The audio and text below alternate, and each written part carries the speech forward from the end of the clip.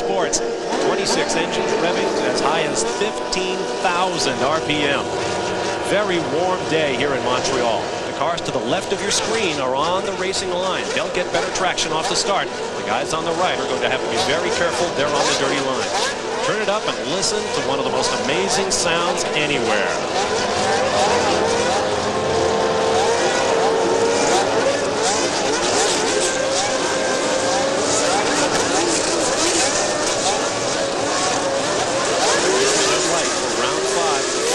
Championship. I think we got it. The drivers seem to think so. They are away. Mansell gets around his teammate Riccardo Patrese right at the start. Oh, one of the Ferraris, Prost, pushed off there by Ayrton Senna. A lot of speculation this weekend about how the two Williams teammates would handle that start, and apparently Nigel Mansell just went for it. It is Mansell, Patrese, Senna, Prost, and the rest of the field, as you see.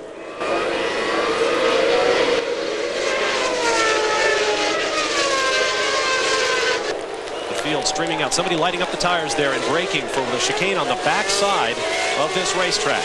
A very narrow island at Ile de Notre Dame. The racetrack about 150 yards across from straightaway to straightaway, if you could throw a rock across it. Under the bridge. Remember the crash between Sandro Nannini's parked car and Jean Alesi in the Tyrrell a year ago in the wet?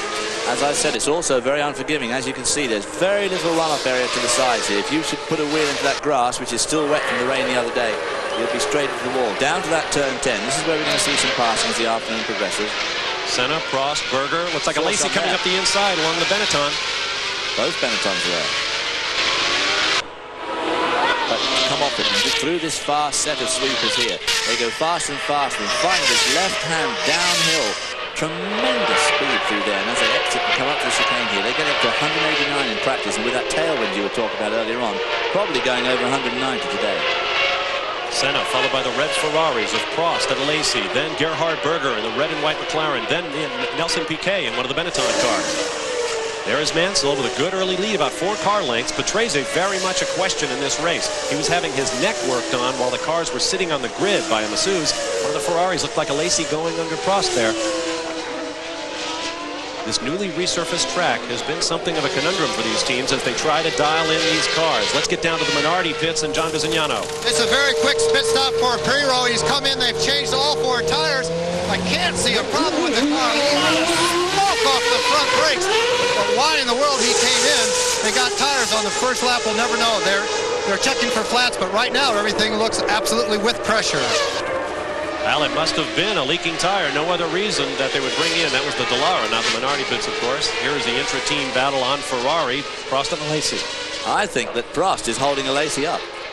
I mean, a lot of people won't want to hear that, but I think at the moment it's one of those situations. If Alesi gets around him, I think he'll put some pressure on Senna. Now, this is a race where we expect to see tremendous pressure on gearboxes. There's a lot of shifting with tight corners like this hairpin.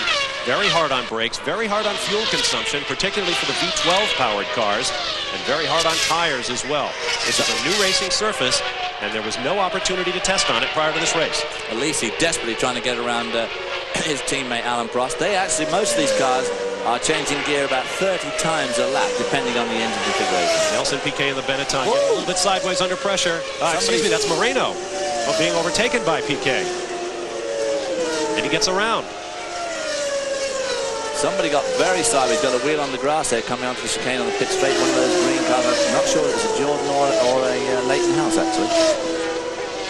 Prost still holding on for Alesi. There is Ayrton Senna, presently running in 3rd position, over a second and a half down to 2nd place Riccardo Patrese. The Ferrari's running in lockstep. You're watching live the battle in round 5 of the Formula One World Championship. It is Nigel Mansell leading Riccardo Patrese, Ayrton Senna, Alain Prost, and Jean Alesi. We'll be right back.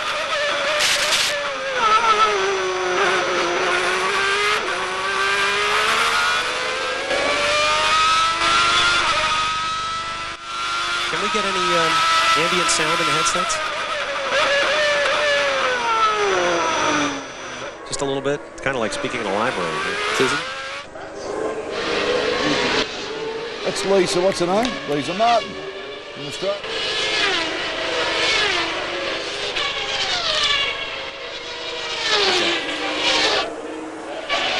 Berger was one of the quickest this morning, too.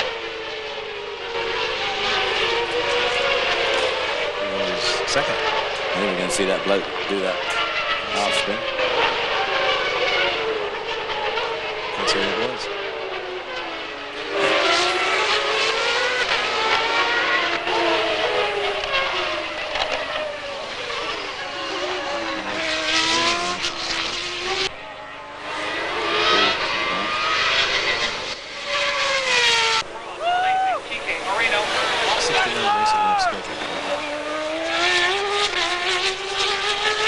Shot. It's going to say we got paid.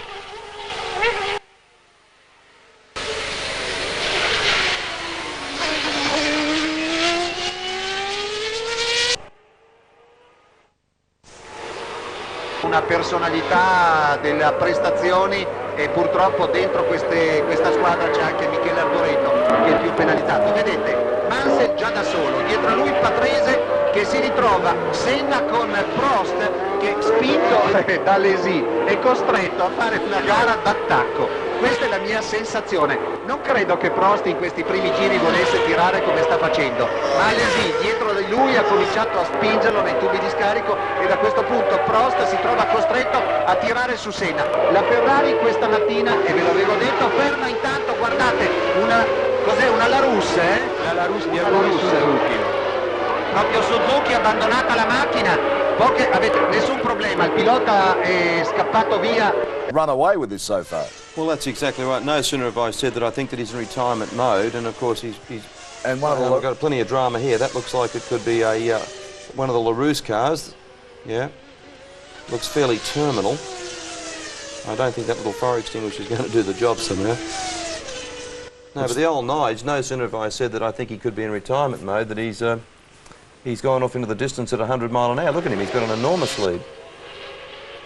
Not that often you see a driver get out and use the extinguisher as well with the fire marshals. They're trying to put the fire out. There's the McLaren pit. Well, not that often we see a McLaren in the pits this early in the race either. Gerhard Berger.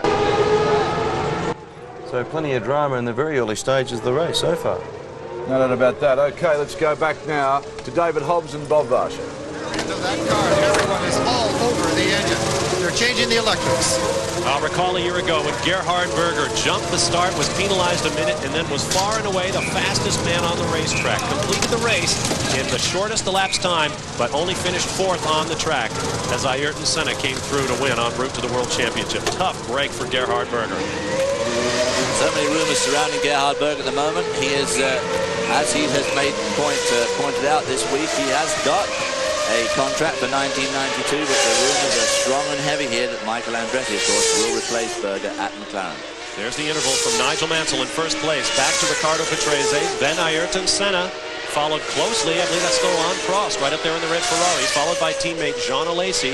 Yes, it is Prost and Alesi, then Nelson Piquet, Roberto Moreno, the two Benettons nose to tail, Stefano Modena in the Tyrrell, Andre de Cesaris and Bertrand Gachot nose to tail for the Jordan team, then Ivan Capelli, Terry Boutsen, JJ Leto, Gianni Morbidelli, Satoru Nakajima, and Eric Bernard. Senna's gone to great trouble to point out this weekend that all those poles and wins he's had this year have not been easy and that they have had to struggle, and some of the other teams have been their own worst enemies.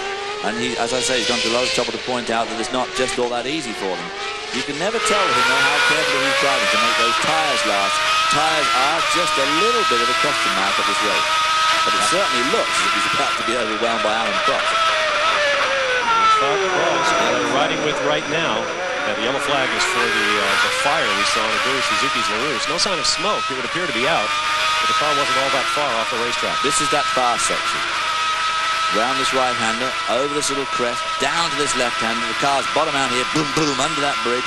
At that point here, they're doing like 190 miles an hour onto the brakes here at the chicane where we saw John earlier. And you're seeing the road about as well as the driver sees the road. The car is still very bumpy in spots, despite the resurfacing that we've talked about. Across the start-finish line goes Alain Prost in the Ferrari. Difficult up here in Canada, of course, with the tremendously cold winters they have to get road surface. He's very quick for that first complex. That's where he was right behind him last time around. From here on out, at the next little complex, he catches up a lot more. But towards that all-important turn 10, the hairpin at the far end of the circuit. From then on, Senna seems to have got a grip of things. But right here, he's under tough pressure from Alan Prost. We're watching two men, perhaps the two canniest drivers in Formula One today. Both are likely to be trying to save their cars as they run as they do now on full tanks. But right now, Senna seems to be almost holding up along Prost. Now he pulls away a little bit. Prost will close up under braking in the Ferrari, and Jean Alesi right there in the second red car. It looks a long way on the onboard camera, but as you can see outside, it's not very far. In fact, not so far in front of him, 1.4 seconds in front, is Riccardo Patrese. Unfortunately, getting his first feel of that race car today. Very, very disappointing that he didn't run in the morning warm-up. We're working lap 6 of a scheduled 69 under green flag conditions. Prost once again closes up on Senna. Very fast part of the racetrack right here. No passing opportunities. Now you're on board with Senna. Let's see if it's any more bouncy than the Ferrari. It certainly looks as if it is, doesn't it? There's no doubt about it that the last 2 years the Ferraris have been absolutely excellent on high-speed, bumpy types of tracks, and the McLarens haven't been so good. This year the McLarens seem to have got a grip of their problem and have come back into their own, obviously, with 4 wins out of 4 starts. But nevertheless, the Ferrari are making a comeback, whether it's just coincidental with their new trio at the top of the tree there, or whether it is really because they've got a grip on things we don't know. Time will tell, of course, as the season progresses. Hard to believe that the committee can run a race team as well as a proper manager. This is about the first time this year we've seen the 2 reigning superstars of Formula One, Ayrton Senna and Alain Prost, able to race one another. It has been all Senna thus far this year. He usually just checks out and disappears. But right now, it looks like he's having to drive as hard as he can just to hold off the 4th place Ferrari of Alain Prost. This is the 3rd on the racetrack. Up front, it's Nigel Mansell by nearly 4 seconds now over teammate Riccardo Patrese.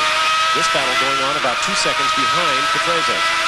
Yeah, Nigel's got a handy 5-second lead over this group now, or a 6-second lead over this group. So he is driving extremely well. They are nose to tail. A pass attempt might not be too far away as the Ferrari closes in on the McLaren. Fast part of the racetrack, up through the gearboxes.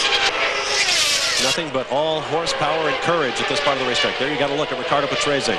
Prost takes a look up the straightaway, but it won't be this time. When you see them swerving there, it wasn't really to break the draft. They're swerving around that bump that John was talking about earlier on. There is one bad bump on that back straight. Fast lap of the race turned in thus far as Nigel Mansell completes lap 8. That was Patrese going out of your picture. The Renault factory that supplies engines to the Williams team running 1 and 2 right now have made it clear they expect 3 or 4 victories this year, and they expect a world championship this year's or next. There you see the work continue on Gerhard Berger's car. He'll be back on the racetrack in a moment.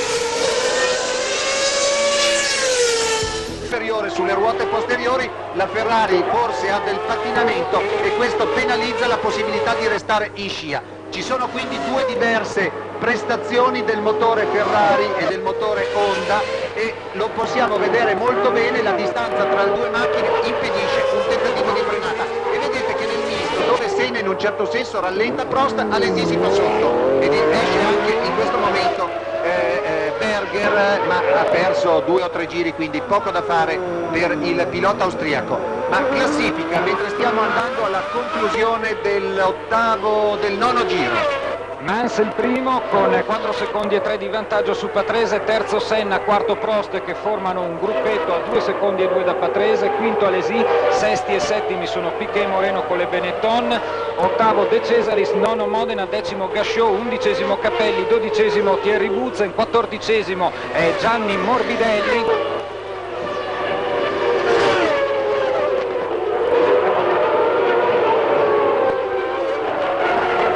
Intanto andiamo sulle immagini di Senna, direi che la battaglia a questo punto è tra la McLaren e la Ferrari.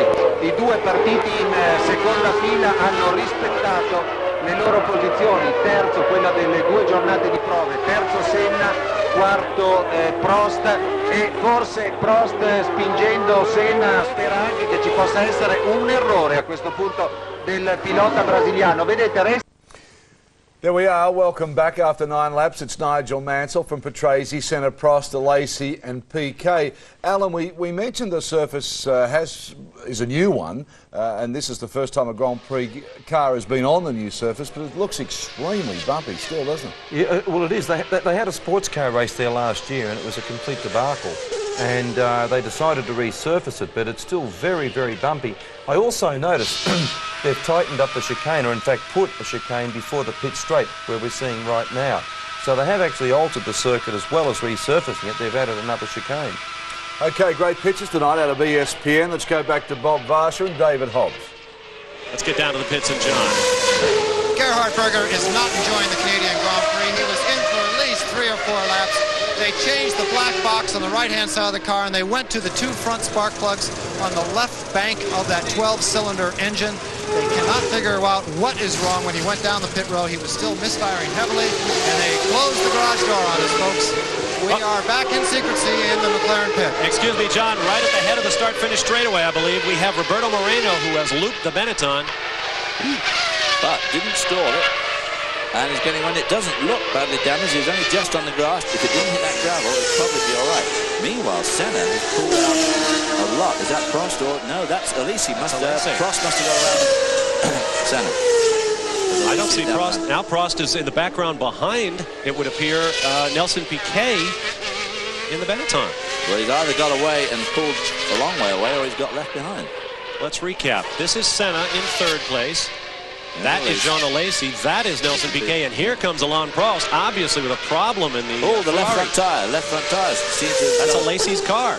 And there is one of the Tyrrells off in the Tuolis. That is Satoru Nakajima, I believe. Yes, it is. Nakajima's had a rough weekend. He put one into the... here we see a replay. Up on the curbs. Just nails the wall. Nakajima put one in the sand this morning and badly damaged his race car. This is the spare car anyway. So Nakajima won't be getting a terribly effusive run from old Ken Tyrrell. Now look at the tires. See those dark streaks on the tires of Jean Alesi's Ferrari. Looks like blistering of that left front to me, but of course it's difficult for us to tell from here. They would know certainly better than we would. Goodyear and Pirelli, the 2 reigning Formula 1 tire companies, have brought lots of tires here, and very soft tires. Because this is a new surface, it was expected to be fairly slippery. Oh, smoke there from somebody. Oh, that's... I guess that's still from Nakajima there, is it? Or somebody's barbecue on the other side of that wall.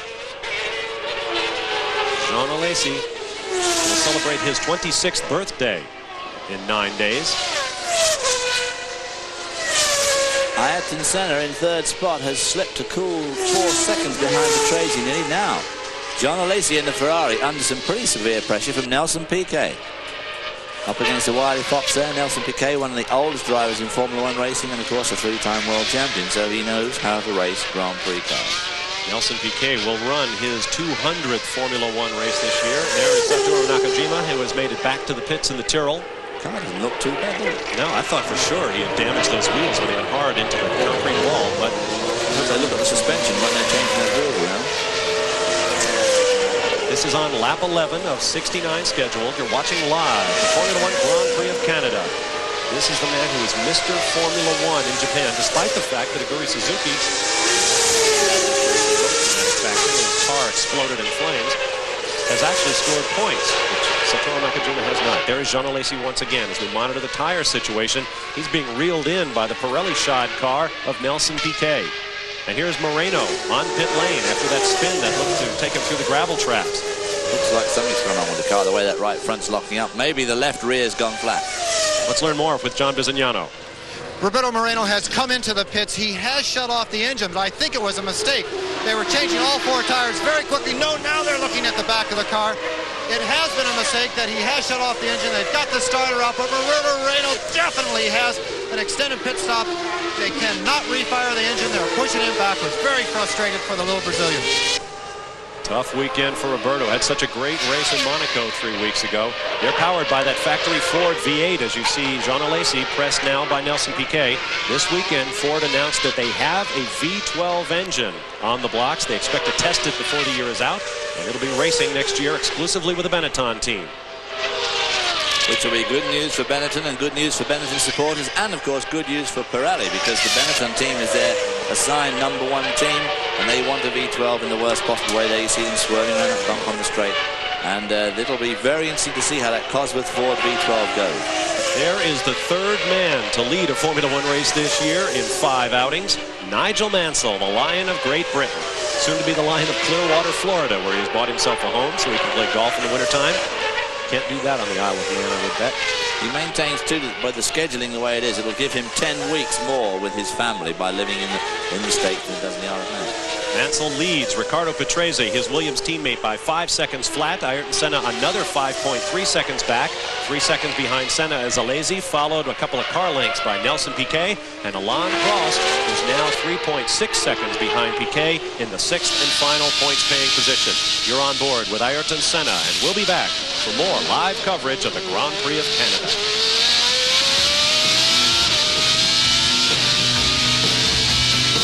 Mezzo secondo, quindi contatto diretto tra i due piloti, però interessante anche il fatto che Modena si trova in settima posizione, cioè lo scontro gomme è molto interessante e Alesi tra l'altro comincia ad andare via, lo vedete su Piquet, quasi Piquet, il brasiliano, abbia dei problemi.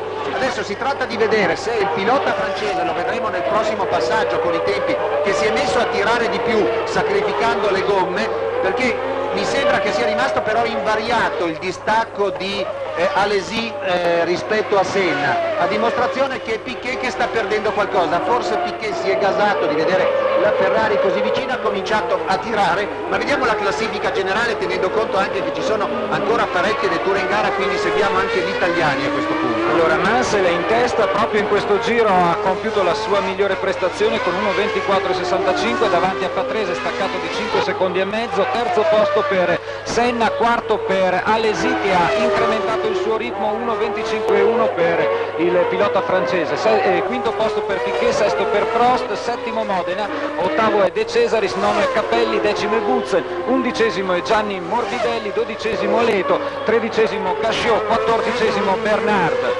Questo è Ivan Capelli in difficoltà con la sua Leighton, è un testa-coda di Bertrand Gachot che per poco non coinvolge anche la Dallara, ma l'ha coinvolta. Infatti notiamo la ruota anteriore sinistra della Dallara che non sembrava essere sistemata molto bene, può darsi ci sia stata una piccola toccata. Jean Alesi regge molto bene alla sfida che gli è stata portata da Piquet. The Ford V12 that may come into action sometime this season, but certainly next year.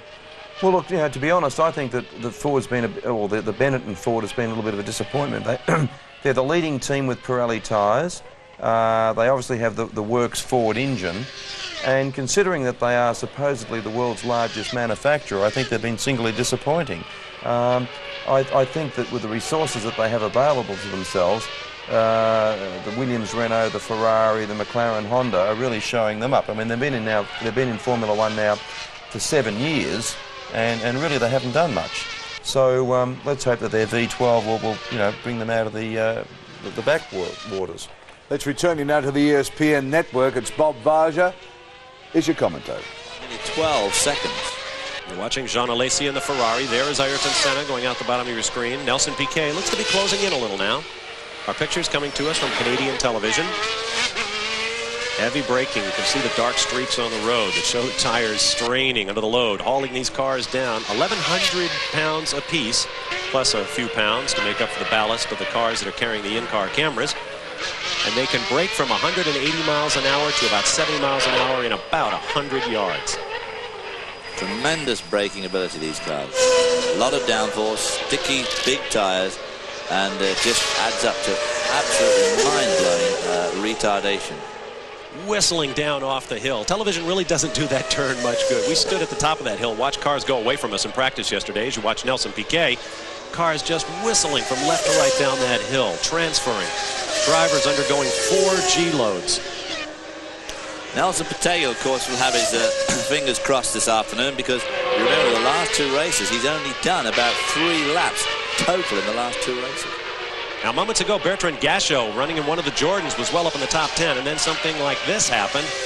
You see one of the Leighton House cars coming through the corner. Gachot overcooked the corner onto the start-finish straightaway and nearly collected Thierry Boutsen, the 1989 winner of this race, in the shade to the right of your screen. Thierry Boutsen and Emmanuel Pirot there in the Dallara made an amazing miss there, and that was the thing that I saw at the top of the screen and gave that awful yelp for about 10 minutes ago. That's what I saw. It just started. Using all of that Formula One car braking we're just talking about. Those dark bands continue on the front tires of Jean Alesi in that red Ferrari, but he doesn't seem to be slowing down.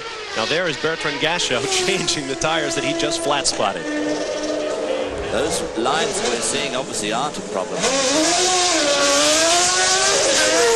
could look at them think was a blister line of blisters coming up from our point of view, but obviously from them it's not. One of the things that's very important for these guys is to get the tyre pressure right. We've heard all this at Indianapolis, do you remember last year? These guys complained about the tyres being slightly overpressured, and as soon as they get overpressured, they start to skate around. The more they skate around, the more heat they put into the surface of the tyre, and boom, they blister. And I know that Goodyear have just a little bit of a problem this afternoon with these D-compound tyres. They're the softest, and they want to make sure that these guys don't run them into the ground in the first few laps when the car's at its heaviest, with about 200, anywhere between 200 and 225 litres of fuel on board. Speaking of on board, you are on, and your chauffeur is the defending Formula One world champion, Ayrton Senna. A little correction coming out of that corner as he put down the foot and got the power out of the 12-cylinder Honda behind his neck. That little pedestal you see off the airbox is where the onboard camera sits. Very aerodynamic, very tiny camera. It works really well. Ayrton Senna has not got a contract with Ron Dennis and McLaren Honda, or McLaren Honda next year yet. But I've no doubt they'll be doing lots and lots of negotiating. I think John Bizignano's got something for us down in the pits. John? David, just a quick update on Roberto Moreno. He came into the pits. He shut the engine off. Excuse me, Ford. There was no problem with the engine, but there was a big problem with the rear suspension. The team didn't know if he had come in contact with another car, but the spin and going through the grass damaged the rear suspension where they could not continue. Moreno out of the Canadian Grand Prix. You watch Ayrton Senna flashing through the left and right complex down the hill onto the straightaway leading to pit entrance, hitting almost 190 miles an hour.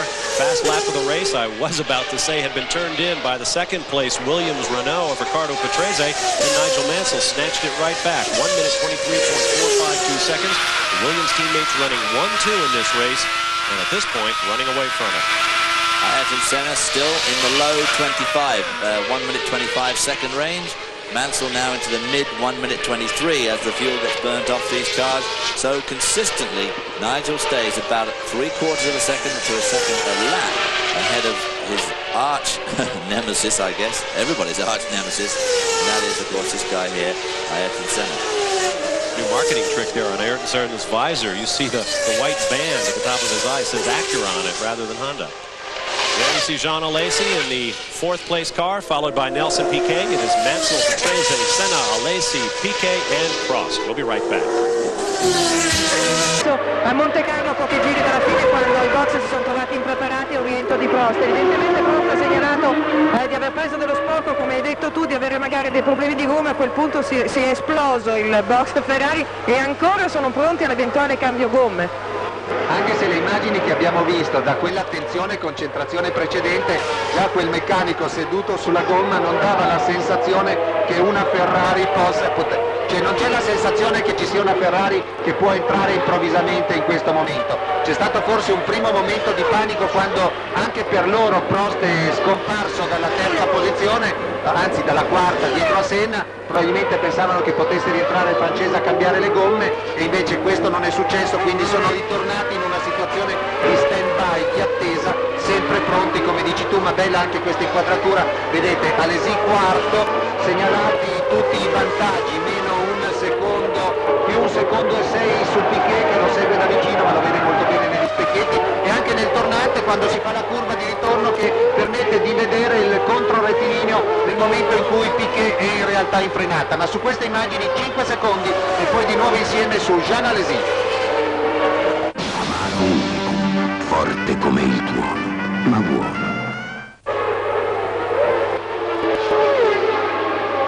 Si diceva di Jean Alesi impegnato nella caccia della McLaren, e Ayrton Senna ha subito portato il proprio vantaggio sulla Ferrari a 2 secondi e 2, svolgendo anche, segnando anche il proprio miglior giro veloce, 1:24.646. Mansell has led it from the first corner, and he remains your leader by now 6.4 seconds over his teammate Riccardo Patrese.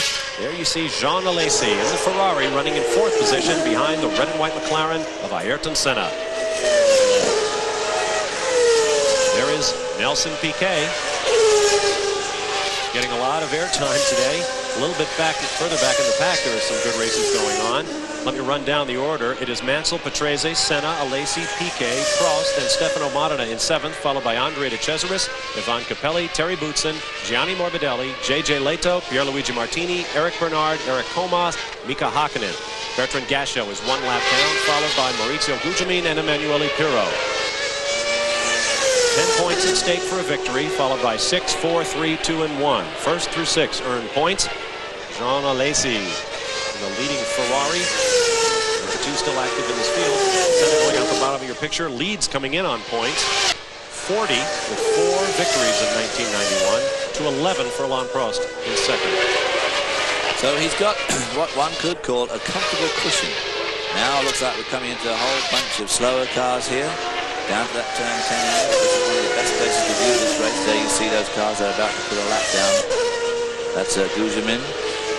That's one of the Bravo. That must be Martin Brundle. And at the back of the group would be one of the Delaras.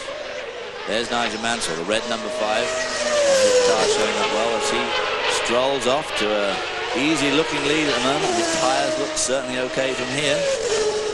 Into that turn 1 complex, uses that curb to pull the car around, puts his wheel up onto the curb and pulls it around. We mentioned that Nigel has bought a home in Clearwater, Florida. He has been very complimentary of karts rules lately. Says he might like to drive at the Indy 500 someday. We asked him about the rule about new 3.5-liter engines. I'll say it straight from the hip. It will be the biggest mistake kart can make to go to a 3.5-liter aspirated engine. I say this because the disparity between the engines, the fuel that you use, you just can't control it. They're unreliable. I think the actual regulations they have at the moment are pretty well fair. And, you know, you've got great close racing. And if you go that route, I think it'll be the biggest sad mistake that the series will probably make. Well, there is an interesting counterpoint for you. You saw one of the Minardis on the racetrack. Couldn't tell if that was Gianni Morbidelli or Pierluigi Martini stopped on the backside of the track. Gujamin seems to be holding up Ayrton Senna somewhat, which is very unusual. They're very close buddies, shared rooms in London for some considerable time when they were doing their Formula 3 thing back in Europe a long time ago. Got round them now. I don't know about that. I have to sort of disagree, I think, somewhat with Nigel there. I think the 3.5-liter engine formula in Indianapolis and kart racing will bring in a whole bunch of people that would will make it more expensive, and some of those privateers will fall by the wayside, I'm afraid. But it could just elevate the standard of racing in that type of racing unbelievably. Watching great racing on the track here at Montreal as the leaders lap slower cars. There's one of the Brabhams about to be taken down by the 28 of Jean Alesi running in 4th place. It's Martin Brundle, of course, because he's the only Brabham. There's Emanuele Pirro in the V10 engine, Judd engine, Delara. That engine has gone well this year, there's no doubt about it. I believe he is now 2 laps down after an early pit stop. Jean Alesi moving along well. Quite the darling of our friends from Canadian television. It's a beautiful day on the Ile de Notre Dame, and we are more than a third of a way through the Grand Prix of Canada.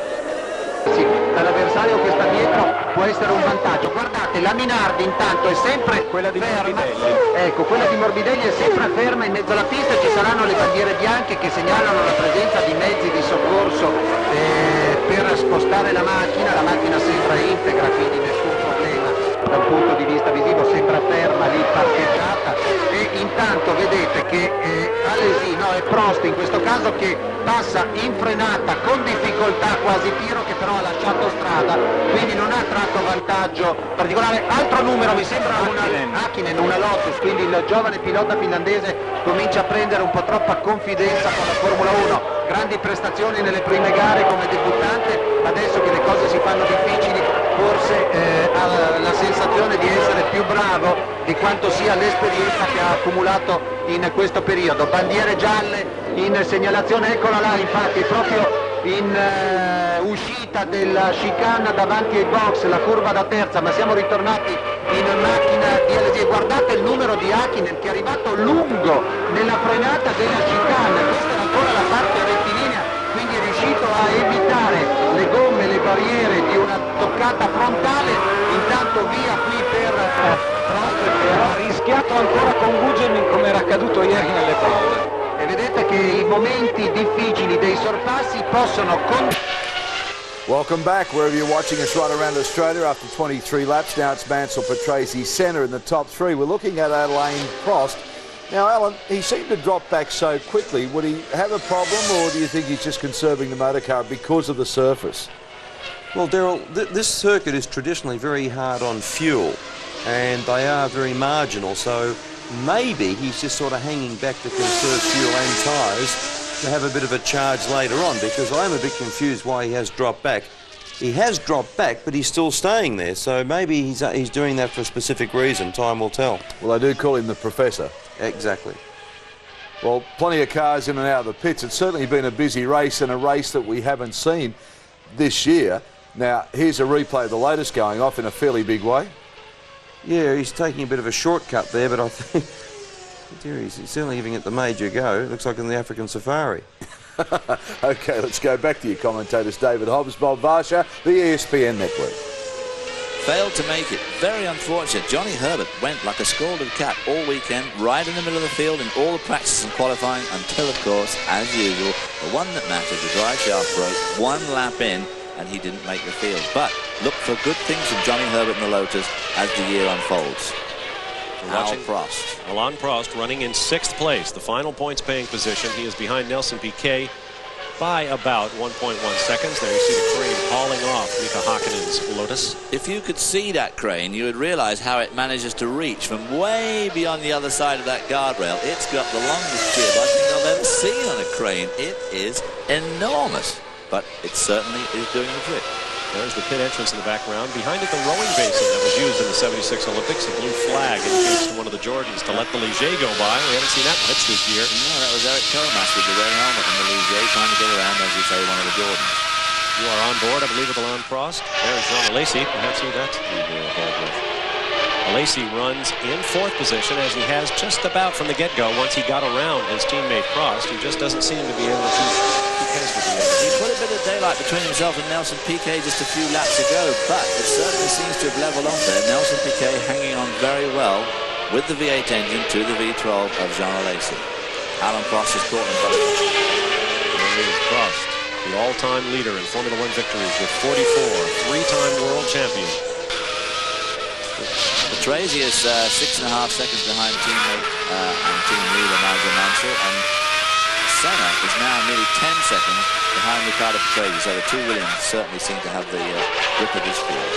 You saw from the in-car that as the sun goes down, shadows begin to stretch across the racetrack. It's going to make things interesting, as is Senna. Slower car. Senna slowing on the backstretch. Senna pulled up and caused this. And Nelson Piquet must have stopped to look because the Ferraris are all over him. I think Nelson Piquet made the most of it and got by both the Ferraris. That's Alesi slowing down. Must have been Alesi who stopped to look. Piquet now you're on board with Senna going very slowly. Well, I think what happened was that Senna probably had a problem and pulled up very quickly in front of Alesi, who obviously had to take some avoiding action, which allowed the other two to catch him up, and Moreno jumped over both the other two Ferraris and got around him. Senna working the gear lever there. Might be a gearbox problem. As you watch Mauricio Gugelmin now. Gugelmin running in 17th position, a lap down. Senna just poking around the racetrack, trying to get back to the pits. He was in 3rd place, 3 seconds ahead of Jean Alesi after 25 laps. Hand up to tell those behind him as he approaches the hairpin, as far from the pits as you can get on this racetrack. Yeah, not a good spot to be. He seems to be out of poop completely. Now then, as you said at the beginning, Senna was looking for the perfect score. Well, his perfect score is now gone away. There he is going slowly down that hairpin. He was hoping to tie Sir Jack Brabham and the late Jimmy Clark with 5 straight victories. 2nd on the all-time winning streak list behind Alberto Ascari, who won 9 back in 1952 and 53. Of course, we have absolutely no idea of knowing what's going on. It could be something really simple, like a throttle cable broken and it's just idling and taking him along at slow speed. But he has to go through these fast corners at that very slow speed, which I think that he will think is extremely dangerous, because in fact he's pulling over, because once he gets in there, he's going along, pootling along at that speed. I mean, it's pretty dangerous. And so, one story has been told. The other remains. Can Nigel Mansell take the first victory for the Williams team in some time? I mentioned before, Renault expects to see victories from the Williams team this year. Nigel seems perfectly poised to do it. We have 10 cars on the lead lap right now. It is Mansell, Patrese. Piquet moves up into 3rd position, taking advantage, as David mentioned, of the problems suffered by Ayrton Senna to get around Jean Alesi. Prost now also got and now one of the 27, that's Prost. These guys are dropping out before we can reset the order. Alain Prost with a driveline problem in the Ferrari, and he is right in front of the pits. He will probably try and work his way across the pit straight here to get into the pit exit lane, I imagine. He'll have to cross the lap. He'll cross the track to do it. There's the end of the pit wall across the way on the left. He's going to leave it over here. He considers it to be safer over here than trying to get up on the other side, which it probably is. Maybe making for that crane you can see in the background there. Yeah, he's on the inside of the corner, so the cars on the racing line will be keeping across from him. There is Nigel Mansell. Tough break for Alain Prost, who will certainly fall out of second place in the championship chase. Dramatic moments unfolding here at the Grand Prix of Canada. The Brazilian flag waves now for Roberto Moreno because Ayrton Senna is gone. Strijd afgelopen voor Alain Prost. Dat speelt natuurlijk allemaal in de kaart van Williams.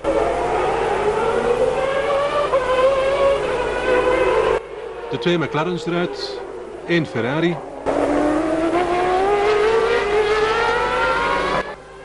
En dat zijn de gevaarlijkste tegenstanders natuurlijk.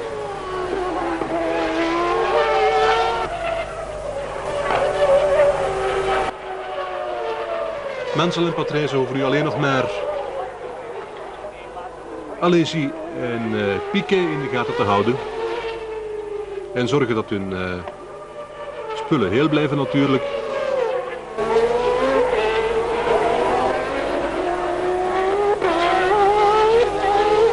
Het probleem voor de Williams zou wel eens de versnellingsbak kunnen worden. Die is van bij de aanvang van het seizoen niet zo erg betrouwbaar geweest. Is een semi-automatische versnellingsbak naar het voorbeeld van Ferrari. Maar is het een paar keer stuk gegaan. In Phoenix bijvoorbeeld, in Interlagos ook. Toen Mansell aan een fameuze wedstrijd bezig was.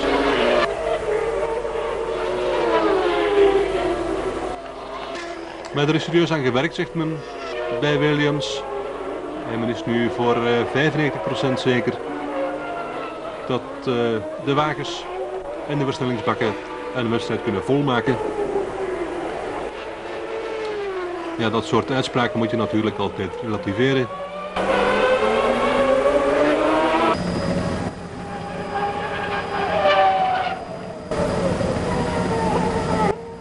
Vanuit de lucht zien we daar Thierry Boutsen.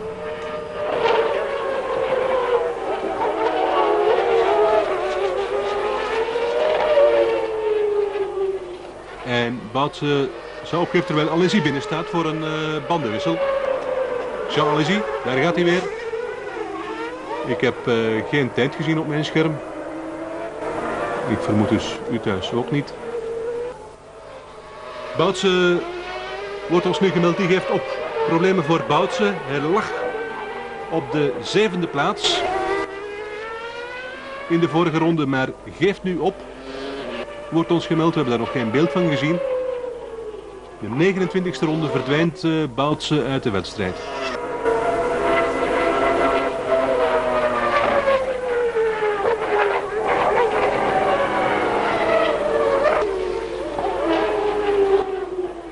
En hier de leider Nigel Mansell, comfortabele leider mogen we zeggen.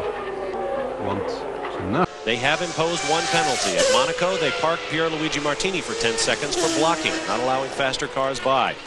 Martini is on the racetrack, so his teammate Gianni Morbidelli was the man driving the Minardi that we saw parked on the backstretch earlier. Your order is Nigel Mansell by 11 seconds over teammate Riccardo Patrese. Nelson Piquet in the Benetton is third, followed by the Ferrari of Jean Alesi. Stefano Matta in fourth. Another car is out. This is the Lola. This must be Eric Bernard. His teammate went up in flames at the beginning of this race. That is indeed Eric Bernard, the Frenchman. A lot of people say that he's as good as Jean Alesi. Let's get down to John Bizignano. A good set of Goodyears has just come in, and Alain Prost has also come into the garage. A set of Goodyears in the Ferrari garage. Lee Gogg we are with. If we can get our camera, Henderson, and the door is going down. Sorry, Lee Gogg, how does the wear look? Actually, the wear isn't bad, but spinning the rear tires, he's blistered his rears. And that primarily comes from low grip, not enough downforce, and wheel spin. So he actually blistered it, didn't wear him out, he got him too hot. What about the rest of the Goodyear cars? They're going to have to stop? Individual thing, but from here, from the pits, the Williams look like they're good. They've got a big lead, they can coast now, so we're hoping they don't stop. they don't have too much wheel spin, they shouldn't have to stop. Hopefully no more wheel spin for the Goodyear boys. In a race like this, John, it's going to be hard to prevent it. John Lacey going around Stefan Johansson, driving for the Footwork Porsche team. Footwork team getting both cars into the race for the first time this year, and they are very happy about that. Johansson, by the way, on ESPN Speed Week earlier, I said I thought it was Johansson's 8th team in 9 years. It is actually his 10th team in 11 seasons. He is the Mr. Congeniality of Formula One. He drives for everybody. And of course, the other coincidence of driving together with Alboreto this year. They used to be Ferrari teammates back in, what, 85 and 86? I believe that's correct. Speaking of Ferraris, here comes Jean Alesi trying to avoid the bumps on the fastest part of the racetrack here in Montreal. Nelson Piquet now in 3rd position for Benetton, followed by Alesi. And then the lap car of Steve Johnson, as he's known to his friends back in England. 7 cars remain on the lead lap. Mansell has extended his lead now to 12.3 seconds over Patrese, who has yet to come under fire from Nelson Piquet, who has now turned in fast lap of the race, however, at 1:23.9. Unlikely to come into too much trouble from Nelson Piquet, as Patrese is a cool 30 seconds ahead of Nelson Piquet. So Nigel Mansell is at the moment enjoying a 45-second lead over Nelson Piquet, which is pretty staggering. I've no doubt that Lee Cobb from Goodyear is rather hoping that Nigel will just ease off just a little bit here, because he's got this race in the bag and it would be a shame to have to stop now, because they won't know really what Nelson Piquet can do with his Pirelli tyres. I think they won't know what he can do, but they might. They might indeed. It is 32 laps complete. We're working lap number 33 of 69 scheduled. Down into the corner comes one of the Tyrrells. That is Stefano Modena, who had such a great race at Monte Carlo 3 weeks ago until the engine suddenly let go late in the race. Took out himself, Ricardo Patrese, and the 3rd car. I think Mark Blundell and the Brabham also slid on the oil from the Tyrrell Honda of Stefano Modena and took him out of the race as well. The Tyrrell Hondas, of course, having the V10 power that took Senna to the World Championship last year. And of course, Prost the year before that, a tremendous power unit for the Tyrrell team, and have gone very well this year. Not quite as well as people thought that they would go, though, I must say, overall. Next year, changes in that team. It looks as if Satoru Nakajima is going to retire. He's decided he's not too keen on all the extensive traveling for Formula One, and so there'll be lots of people lining up to drive what is potentially one of the quickest cars out there. Modena in 5th place. Good position to pick up points for Ken Tyrrell's team. It's amazing, actually, that his engine blew up just 2 weeks ago at Monte Carlo and took Ricardo Patrese out on Honda oil. And then, hey presto, the other morning, the same thing happened again to Ricardo. So he was getting just a bit leery about Honda oil on racetracks. It is Mansell, Patrese, Piquet, Alesi, and Modena as you watch a boat make its way through the St. Lawrence Ship Canal. We'll be right back. Di questi 33 già conclusi, quindi evidentemente il potenziale Williams è superiore a quello che sta dimostrando in questo momento. La macchina non è solamente agile, veloce, ottima trazione, ottima possibilità di sfruttamento da parte dei piloti in condizioni da qualifica. C'era molta attesa della verifica delle Williams Renault in gara, perché molti dicevano che la Renault aveva dato dei motori da qualifica alla squadra Williams e che quindi ci sarebbe stato un notevole salto di qualità tra prove e gara. Invece mi sembra che qui stiano viaggiando con gli stessi motori da qualifica delle 2 giornate di prove. Pensate che Piquet ha 46 secondi di distacco da Mansell, e d'altra parte le 2 Williams Renault non hanno cambiato le gomme, quindi stanno ancora marciando a questi ritmi con le Goodyear con cui sono partiti.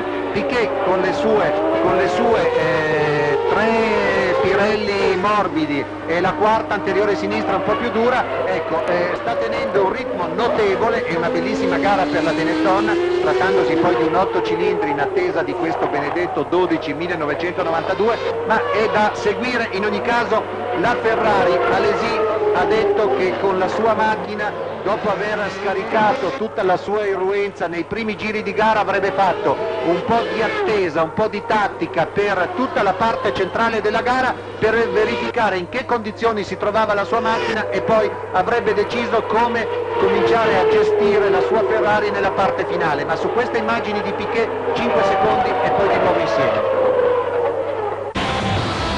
The World Championship team Stay with us.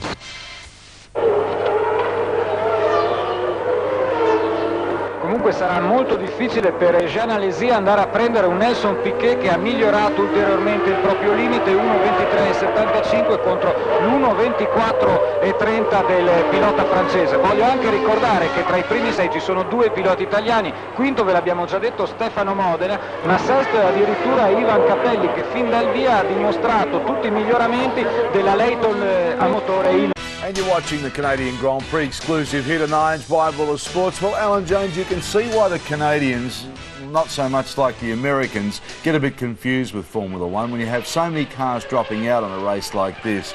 Tonight it does make it a bit tough for them to understand from a purist point of view.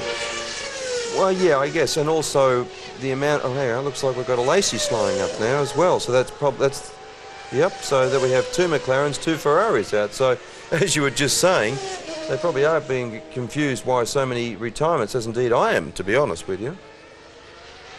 Well, we heard about the Goodyear tyres spinning all of the time. Well, obviously the track's so bumpy that the cars just can't get traction. I mean, the wheels are just spinning around on blistering tyres.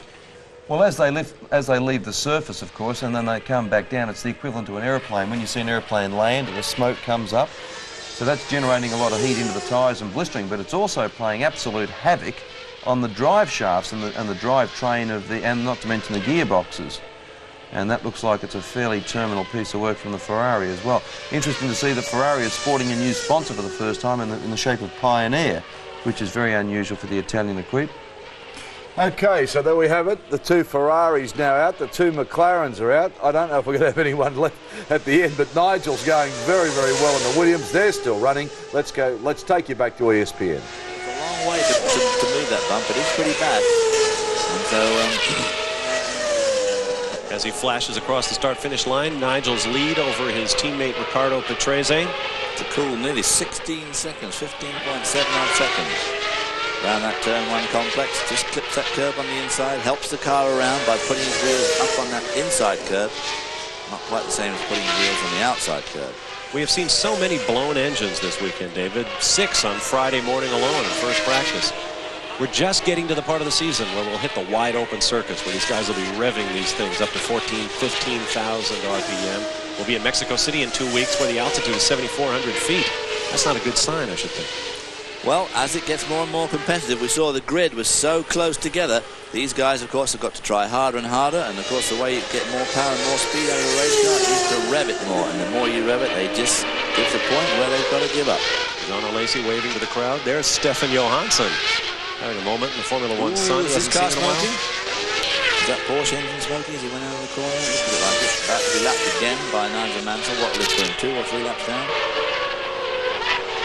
Let's say several. I tell you what, the footwork team will take a finish if they can get one. Watch the closing speed of Nigel Mansell coming by Stefano Modena. Excuse me, Stefan Johansson. The Williams cars this year, of course, have shown that they are absolutely capable of winning races. Had a tremendous run at Rio in the hands of Riccardo Patrese and, of course, Mansell before he had a problem. At Monte Carlo, he had a great second spot, and of course, Patrese led at Imola. So these cars, this is no real surprise. This is a battle for position. This is Ivan Capelli in 5th place. Behind him, the red Dallara of J.J. Leto from Finland. Leto had a great race in Imola, winning his first podium in the San Marino Grand Prix. Protege of former world champion Keke Rosberg of Finland, who also has Mika Hakkinen, who was already out of this race when his Lotus hit the gravel trap.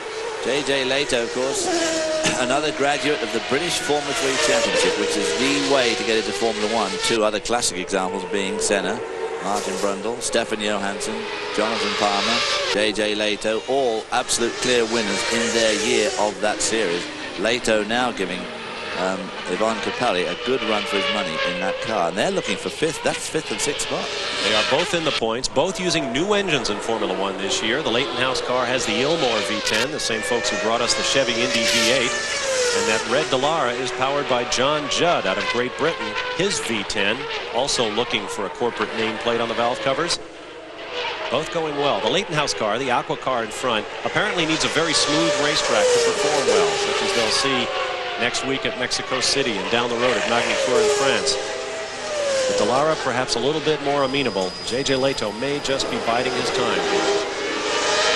John Judd's engine can concern, I believe is owned in part by Sir Jack Brabham. I think it's owned quite largely by Sir Jack Brabham. I don't know. John Judd turns up at the Butcher's Arms. We've heard me mention this place before in his new Mercedes 560, so the engine business can't be too bad.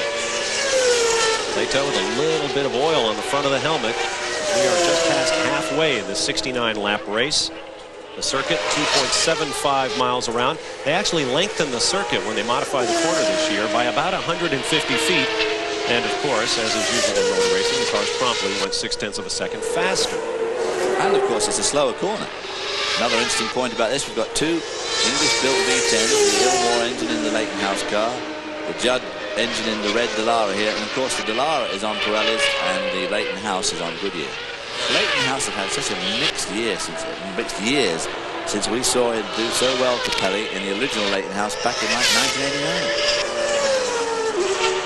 The Leighton House car with Ivanka Pelli pulls away a little bit. There is Frank Williams, patriarch of the Williams Formula One team. Annie Bradshaw, their PR representative next to him. It's quite a day for Williams here in Canada. We'll be back in Battaglia di Goodyear, battaglia di Pirelli, Scuderia Italia. Ma diamo la linea a Patricia ai box per vedere se sa qualcosa della Ferrari.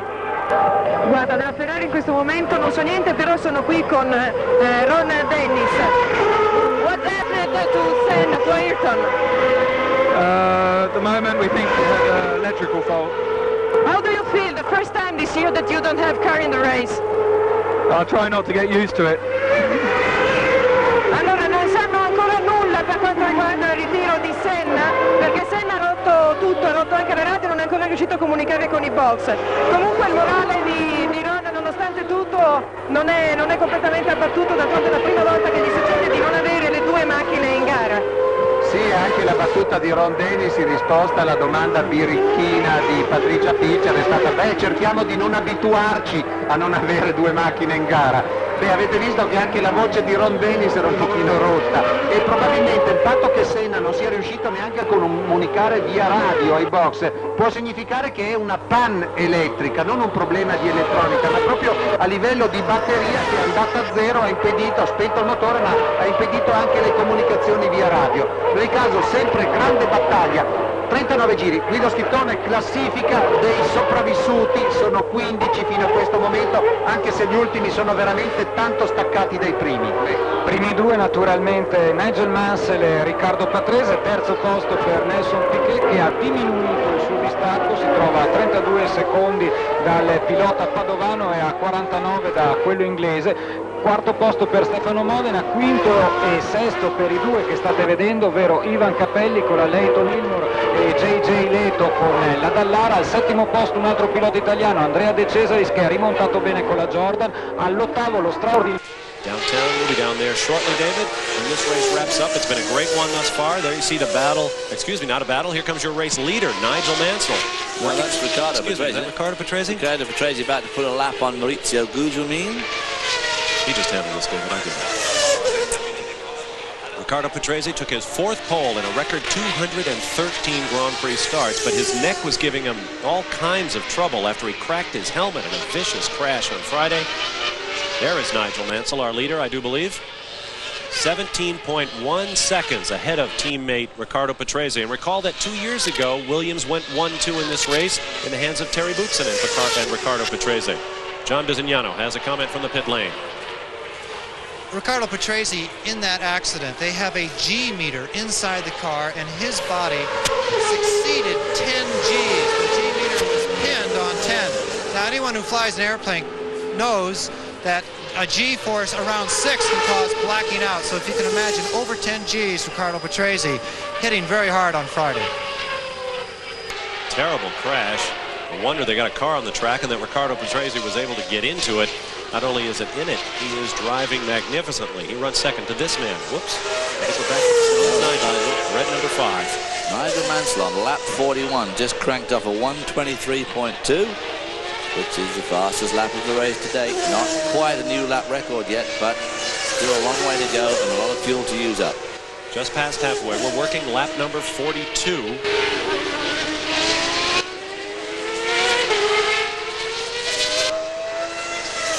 69 laps in the race. One of the Williams cars, Patrese pitting very slowly. Is the wing broken? No, just Let's get down to John Bizignano. As you say, Riccardo Patrese is coming down the pit lane very slow. The Williams boys were surprised by him coming into the pits. The engine is running. The right rear tire looks a little bit flat. They are changing all 4 tires. An awful lot of smoke off the back end of the car. That's the dust from the carbon fiber. But my gosh, the right rear did look like it was a bit askew, but everything seems right. He's trying to get in gear. It's semi-automatic, and he is out of here. Riccardo Patrese, a very slow pit stop. He must be missing a few gears. Well, he came in with the left front up in the air, which either meant that the left front was bent or the right rear was down. There is Nelson Piquet. Probably a flat right rear, one would think.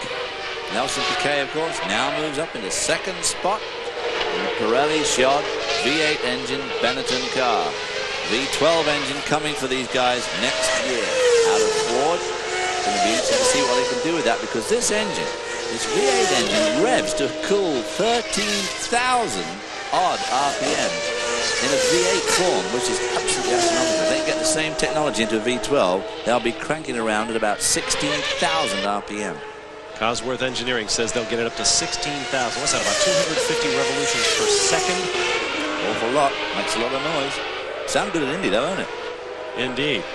For those of you wondering about former Benetton driver Sandro Nannini, who had that horrific accident where the helicopter blade severed his right arm, it was reattached. He recently got his Italian driver's license back, picked up a brand new Mercedes-Benz, and he plans to drive a Formula 3 car in the very near future. So, life is looking up for Sandro Nannini right now.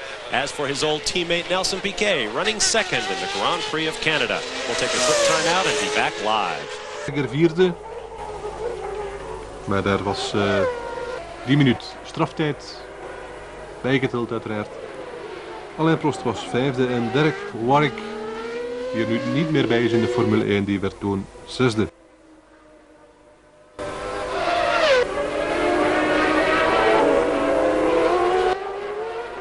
Piquet die heeft, houdt u zich goed vast, 52 seconden achterstand op Nigel Mansell. En ze draaien bij allebei tijden van 1:24 per ronde nu. Patrese die is weer op weg. Met nieuwe banden.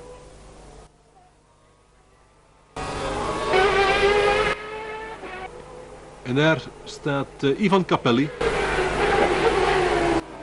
Een hevig rokende motor. Opgave voor Ivan Capelli. De vijfde op rij. Terwijl hij op die mooie vijfde plaats zat. Jammer voor deze Italiaan.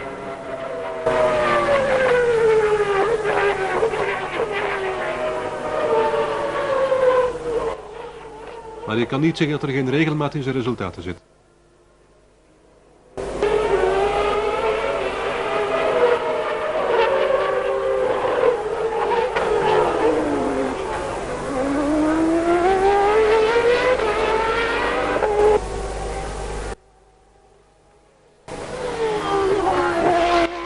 Working lap 45 of 69 scheduled. Thank you, Dudley Do-Right.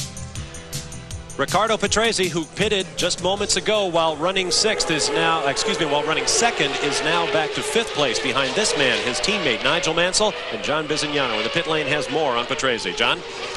Well, Bob, one of the reasons he lost so much time out on the track was because it was a long stop. He came in, his right rear was flat, and he just had to be very careful coming into the pit lane. He is okay in the gearbox. I thought that when he was trying to get it into gear, he did have some trouble, but everything is actually working very fine. With these new tires, he should be very, very quick. Well, he's going to need to be. He is running in 5th place, 9.5 seconds down to the 4th place car of young J.J. Leto. Nigel Mansell has 55.4 seconds in hand over the 2nd place Benetton of Nelson Piquet. Now, moments ago, we had another drama. Ivan Capelli, running in 4th place for the Leighton House team that desperately needs championship points, parked his car out on the backside with another blown engine. tough break for them. They will find themselves in pre-qualifying at the halfway point of the season if they're not careful, which means they have to go out at 8 o'clock on a Friday morning on a dirty racetrack and try to beat all but 3 other cars in hopes of making the main qualifying sessions on Friday and Saturday afternoons of any Formula One weekend. Yeah, tough break for him, because he was going extremely well. He was up to 4th spot, so that is very, very disappointing for that team. No problems evident for Nigel Mansell. 3 cars remain on the lead lap. Nigel Mansell, Nelson Piquet, and Stefano Modena in the Tyrrell. JJ Leto runs in 4th place for the Dallara, picking up valuable points that will get them out of the pre-qualifying core. Ricardo Patrese running well now in 5th position, but a lap down. Andre De Cesaris in 6th, Pierluigi Martini in 7th, Bertrand Gasly in 8th, Eric Coma on 9th. 2 laps down. Ivan Capelli was before he blew the engine. Pirro runs 10th now. Mauricio Gugelmin 11th, Satoru Nakajima 12th, and Stefan Johansson, I believe, has parked the footwork Porsche. In fact, we may see it in one of these shots. I saw it over on the left side of the racetrack. He has shown 5 laps down, quite obviously out of the race. And the fastest lap of the race still belongs to Nigel Mansell at 1 minute 23.2 seconds, getting down towards lap record time here at 1 minute 22 seconds and change. It is a very warm afternoon. Temperature getting up to about 85, 86 degrees. The breeze has abated somewhat. And here is the team backing up to go home. McLaren, both cars out of the race. Ferrari, both cars out of the race. When was the last time we saw that? And the Williams of Nigel Mansell serenely going on his way there. Here we see him coming into the backside of the circuit. The shadows getting longer and longer. Light getting more difficult as those shadows deepen and get darker across the track. Hot out there too at the moment, sitting in the sun as it shines on him in the car. It's extremely hot in any racing car, and of course these are no real exception. Under the bridge, the oil flag out there.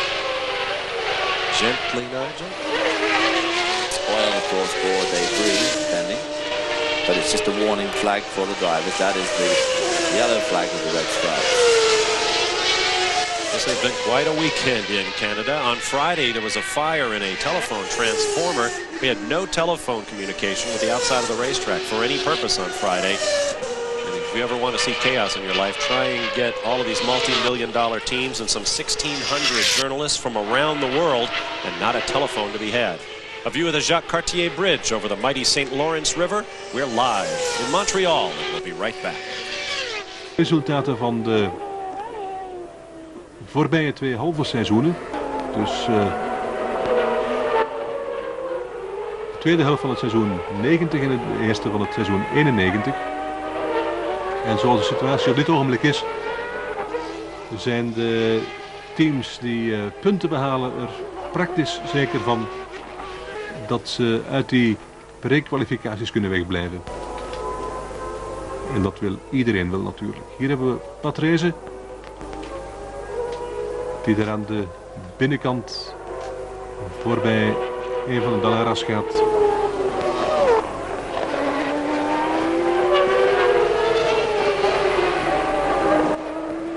Het was Lehto die Patrese daar voorbij ging. Althans, ik moet me duidelijker uitdrukken, Patrese ging Lehto voorbij. Dat betekent dat de Italiaan weer op de 4e plaats zit. De Fin dus 5e.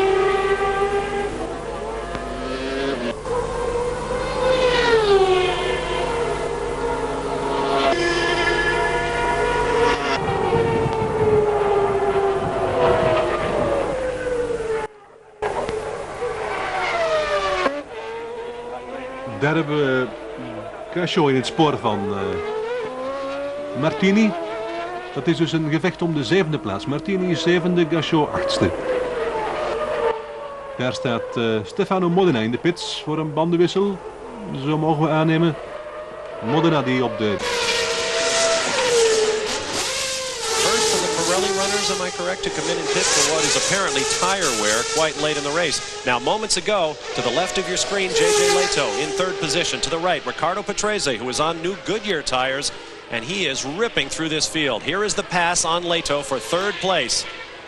The way that Williams can keep that tight line around that 10 hairpin there shows that the car's got great grip, and of course it's absolutely rocking it off with the Renault V10 horsepower.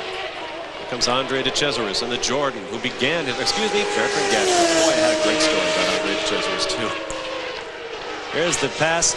Gachot on Pierluigi Martini in the black and yellow Minardi with Ferrari V12 power. That V8 Ford got him under braking. Into turn 10 again. Now we see Gachot again with the 7-up Jordan V8 engine. They have like 1 or 2 systems behind the Benetton Ford engine. The big question is, of course, will they get the V12? Probably a year after Benetton do. There is Pierluigi Martini, who suffered a terrible weekend at Monte Carlo 3 weeks ago. He was roundly pounded by the other drivers for holding things up time and again. And he holds the distinction of the first and only Formula One driver to be penalized during a race this year for blocking. He was parked for 10 seconds at Monte Carlo. Gearbox troubles kept them aback this year. Here you see Bertrand Gachot. He's been shown in all of the official standings this year as being French. Now, previously, he was using a Belgian passport. He's born in Luxembourg. His parents have mixed nationalities. He is truly a European, and that's what he likes to call himself. That little blue flag you see with a circle of stars on his helmet, emblematic of a unified Europe. Riccardo Patrese just done the fastest lap of the race at a 1:22.6. That's his new tyres. There we see him. This is a lap after his fastest lap. So Riccardo Patrese on his way up through the field, trying to get at least that second spot back from Nelson Piquet. There is Nigel Mansell as our Canadian television friends split between the two cars. Looked like they had a little smoke there at the bottom of the smoking as they went out of the picture. Yeah, we can't see where it is. See if we can catch up with it. Oh, it's Stefan Johansson. Well, it was smoking there 10 laps ago, so it's still keeping going. Well, I jumped to the conclusion that Steph right there in the footwork Porsche was out of the race earlier, but he is still shown 5 laps down. So he must have had a long stop somewhere or something, because we keep getting his lap time, which is pretty slow. He's lapping in about 1 minute 30, 1 minute 29. Everybody else is lapping in between 24 and 26. There's Riccardo Patrese now. You saw the Williams team earlier looking like they were ready for a stop. Patrese fires down the front straightaway, 170 miles an hour or so, then braking hard for the turn 1 and 2 complex here at Montreal. This is not a race known for tremendous attrition over the years, but we've certainly had it today. We show 13 cars still running of the 26 that started. Half the field is gone. We are working lap number 51 of 69. Let's get a comment about Riccardo Patrese's situation from the pit lane. And John. Riccardo Patrese was fitted with the very soft D Goodyear compound that has a lot of grip. Most people started with it, but the reason he's faster now is, of course, is that 2/3 of his fuel load is gone. Riccardo Patrese is flying around this track in record-breaking time. And, of course, Frank Williams and everyone down here in this pit hopes he continues. Well, I'm sure he hopes he continues, too. They've had a bit of a slightly unlucky season. He was very unlucky, of course, at Monte Carlo to get involved in somebody else's engine blow-up, because I think that Riccardo Patrese could have easily finished second again there, which would be a big help, of course, to his World Championship points.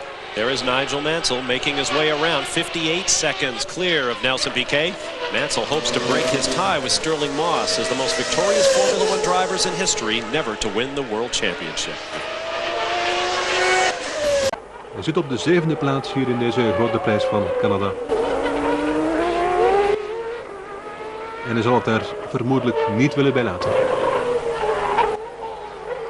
Deze man nog altijd ruim aan de leiding. En nog altijd met dezelfde banden. Geen beeld meer op dit moment vanuit Montreal.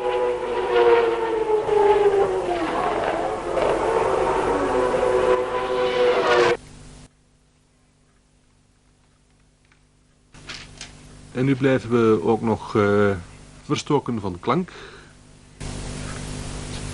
Problemen dus met de lijnen vanuit Canada. Dat was ook al het geval bij het begin. Modena de Cesaris noch in den Punkten. Dann Gachot auf Platz 7, der, das konnten Sie auch sehen, an Martini vorbei ist. Martini auf Platz 8 vor Komas, Piro, Gugelmin, Nakajima und Johansson. Das sind die 13 Fahrer, die noch im Rennen sind. Hier Nelson Piquet, de man op de 2e plaats. En daar Gigi Lechto, die 5e was. Dat betekent dat Gachot nu in de punten zit. De Finn Lechto. Back live for the Canadian Grand Prix out of Montreal. Riccardo Patrese on fresh rubber. He's really starting to motor now, but I think Nigel at this stage seems to have a really handy lead.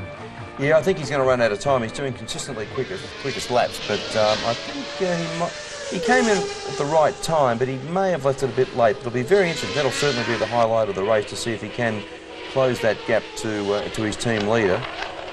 Frank Williams would be delighted. Been a long time, coming, hasn't it? It certainly has, and what a great result to do a 1-2 for him. Okay, it's John Bizignano. It would be interesting to see what he's got to report from the pits. The lead is not good enough to come in and make a pit stop. He hates the pits. He's had some tough times in here before. He is going to stay out on the track and try and make those tires last. He's in the lead and he wants to stay there. As you watch Pierluigi Martini make his way around, you caught a look there at JJ Leto, the young Finn who had climbed out of his Dallara. He was in 4th place at the time. He has parked it, and we are now down to 12 runners in this race. Here comes old Nige. I mentioned that he is trying to break a tie with Sterling Moss on 16 career victories among drivers who have never won the World Championship. And of course that would give him one more victory than Sterling's, which would in fact make him the most victorious Englishman, as opposed to Briton, of all time. The two most victorious Britons being Jimmy Clark on 33 wins and Jackie Stewart on 27. Jackie Stewart on 27 and Jimmy Clark.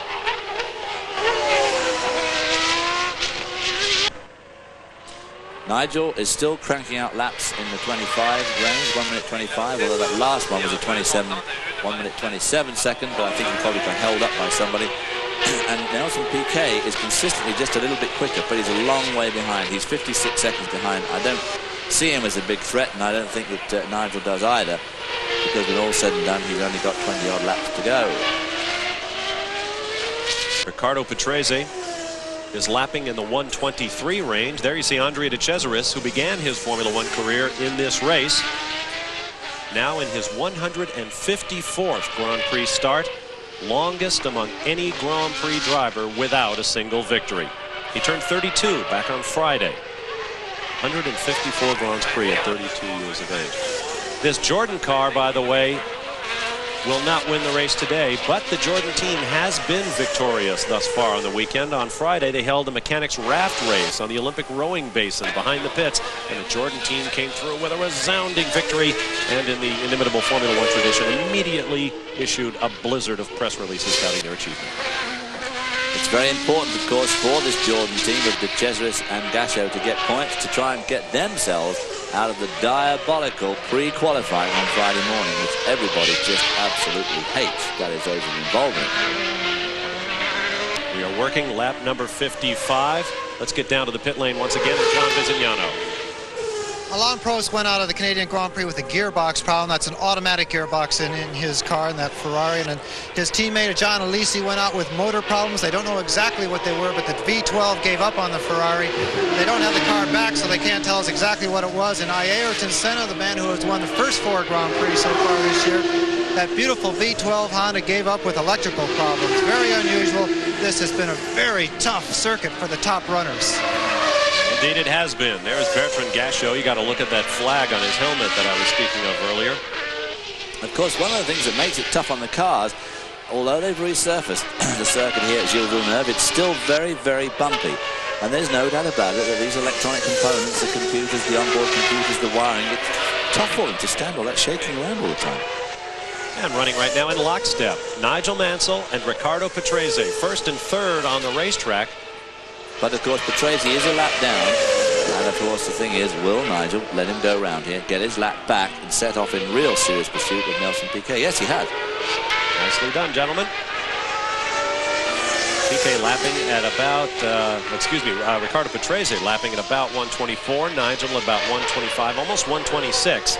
At this point, Nigel has taken a page from the book of Ayrton Senna and Alain Prost and is going just as fast as he thinks he needs to in order to win this race, with 13 laps remaining this time around.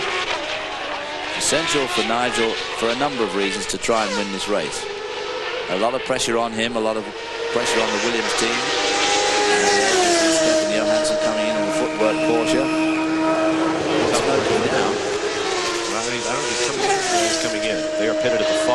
pit lane. Tough break for them. That footwork Porsche team desperately looking for a finish in 1991. Let's get down to John.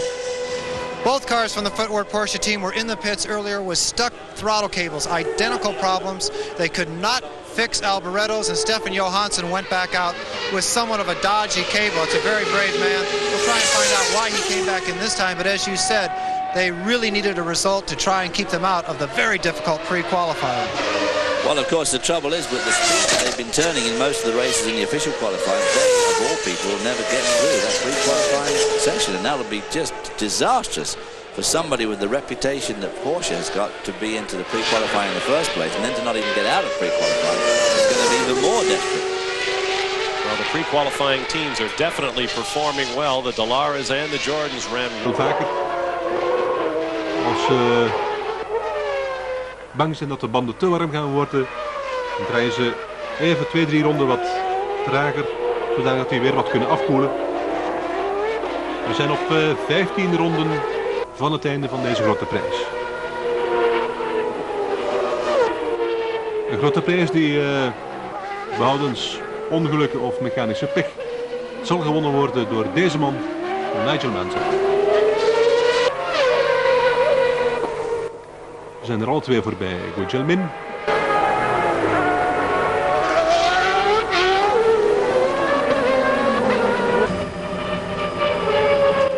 En Mansell is blijkbaar toch van plan om Patrese weer op een ronde te rijden.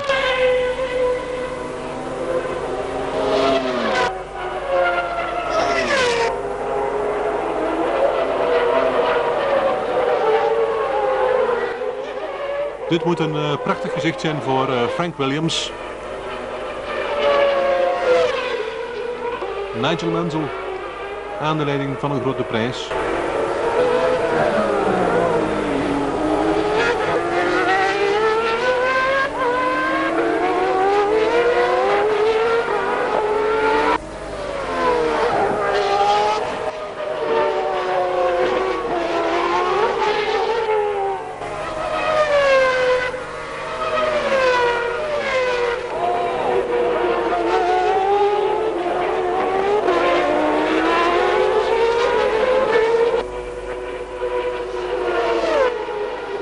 In Montreal, Canada, in the Grand Prix of Canada, you see the pit board there for Nigel Mansell with the British Union Jack up in the corner. They're taking off the word fuel. John Visignano down in the pit lane has some speculation for us as to what that might mean, John. Well, Bob, we certainly don't hope it. The computers may be giving a readout that his car is running too rich. The engine management system controls the fuel flow, and they could be getting signs back to the computer bank saying to ease off, Nige, ease off. You got a good lead, and save the fuel. It would be just disastrous for him to run out now. Well, of course, it would be disastrous. These normally aspirated engines don't soak up the fuel like the old turbo engines did, but even so, this is a very, as John would say, fuel-rich circuit. And they do use a lot of fuel here on a day like today, especially. So we see Nelson Piquet in the V8. The V8, of course, would expect to use less fuel than the V10 engine car. Ricardo Patrese set the fast lap of the race back on 48 as you watch Nelson Piquet at 1:22.672. We may not see a faster one as all the drivers begin to concern themselves with fuel. V10 engines, the Renaults in the cars of Nigel Mansell and Ricardo Patrese running 1.3. They're going to use more fuel in all likelihood than the V8 in a car like Nelson Piquet's. Now he is lapping at about 1:23, Nigel at about 1:26. So the final word on this race has not yet been said. But Piquet is still 47 odd seconds behind Nigel Mansell, and as you say, there's only 12 laps to go. Nigel Mansell came across that time at 1:24.4, so he's aware of the fact, I think, that Nelson Piquet at this point is burning up the racetrack. Modern are also turning in a very respectable lap there, 1:23.8. If he could do a few more of those, he'd be right up at the front there. He's in 4th position at the moment. 5th and 6th are held by the 2 Jordan cars, the 7-up Jordans, and of course that'll be great for their pre-qualifying hopes. As we work lap 59 with 10 to go, let's recap the field. It is Mansell followed by Piquet, 47 seconds, 48 seconds and change now behind Mansell. Third is Ricardo Patrese, the only other car in the lead lap after having passed his teammate. then Stefano Modena, Andrea De Cesaris, Bertrand Gachot, Pierluigi Martini, Eric Comas, Emanuele Pirro still in the hunt. I thought both Stellaris were out, but he is still out there circulating 2 laps down, followed by Satoru Nakajima and Maurizio Gugelmin. Down to turn 10 for Nelson Piquet. There we see Gugelmin just going out of the picture in the Leighton House. Nope, that's one of the Jordans up there. Oh, is it? Sorry. Another green car. Through this dauntingly fast. When you stand there in real live flesh and watch those cars go through there, I mean, that really does make the hairs on the back of your head stand up. It is very, very fast through there. And we saw Eric Comas have quite a moment going through there in qualifying yesterday afternoon. Absolutely sideways under the bridge, just snapped it back around, never lifted his foot, rocketed off down the fastest part of the racetrack. That was what you could call, if it was in skating, that would have been a snap turn. He'd have got a 9.9 for that one. I tell you, it was pretty hair-raising to watch. There is your leader, the red number 5 of Nigel Mansell. You see those Molson beer billboards in the background. Such are the marketing wars in Formula One. Molson's got into a big litigation with another Canadian brewer over the rights to this race a few years ago. In fact, the race wasn't held in 1987, I believe, as a result of that fight. Now Molson won the rights, spent all that money, paid all those lawyers, and who's running 1-3 in the race? That other brewery, Labatt's, sponsoring the Williams team. Such is life, as you say, or such is racing. Into the turn 1 complex. Still using that curb. Nigel really liked to use that inside curb. I noticed Riccardo Patrese does not use it as much. It's not harmful to the car in any way to run the wheel up on the inside like that. It's very, very unloaded, those wheels. And it sometimes helps to pull the car around if you've got just a little bit of understeer. Helps to make it rotate, as they say at the Skip Barber driving school. 60 laps of 69 complete. Nigel Mansell lapped at 125.5 the last time around. Still comfortably out front. Nelson Piquet has closed it up to 48.4 seconds behind Nigel Mansell.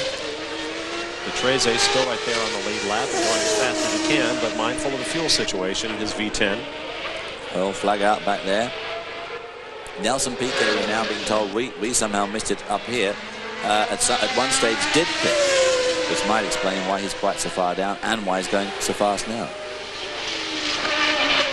47.6 seconds now the gap as Nelson Piquet right there in that yellow and green Benetton closes up inexorably on Nigel Mansell. We have official word now. Stefan Johansson suffered engine failure in his footwork Porsche. The Porsche engine has not been a roaring success this year to date. There's no doubt about it. Now, of course, if they had sticking throttle, that's the sort of thing that can easily blow an engine, because if it keeps on sticking wide open every time you want to shift gears and you have to keep pushing the clutch in to stop yourself running into things, that's not very good for the engine. There's that yellow flag out again, or the oil flag, yellow and red stripe flag. It is very, very hot. The racetrack might indeed be getting slick after all of these race cars have made their way through and all of the engine detonations we've seen today. But things are wrapping up very shortly. Qui Riccardo Patrese sta tenendo bene il proprio terzo posto dagli attacchi che gli sta portando Stefano Modena, uno Stefano Modena che in questo giro ha percorso i 4.430 metri del percorso in 1.24.94. La classifica ve l'ho appena letta pochi secondi fa. Riccardo Patrese sta dimostrando di essere un pilota molto regolare. Vi ricordiamo che corre in condizioni fisiche menomate, ma grazie al cuore, grazie a questa sua tremenda volontà, riesce sempre a ben figurare, riesce sempre a dimostrare di essere uno dei 5 migliori piloti del mondo, uno dei pochi che possono fregiarsi del titolo di antisenna della situazione, un titolo che potrebbe in futuro vantare anche Stefano Modena, uno Stefano Modena che qui non ha commesso alcun errore, si attendeva onestamente molto di più da parte della propria Tyrrell, che con Alesi l'anno scorso era andata veramente molto bene. Purtroppo la Tyrrell, questo nuovo telaio 020,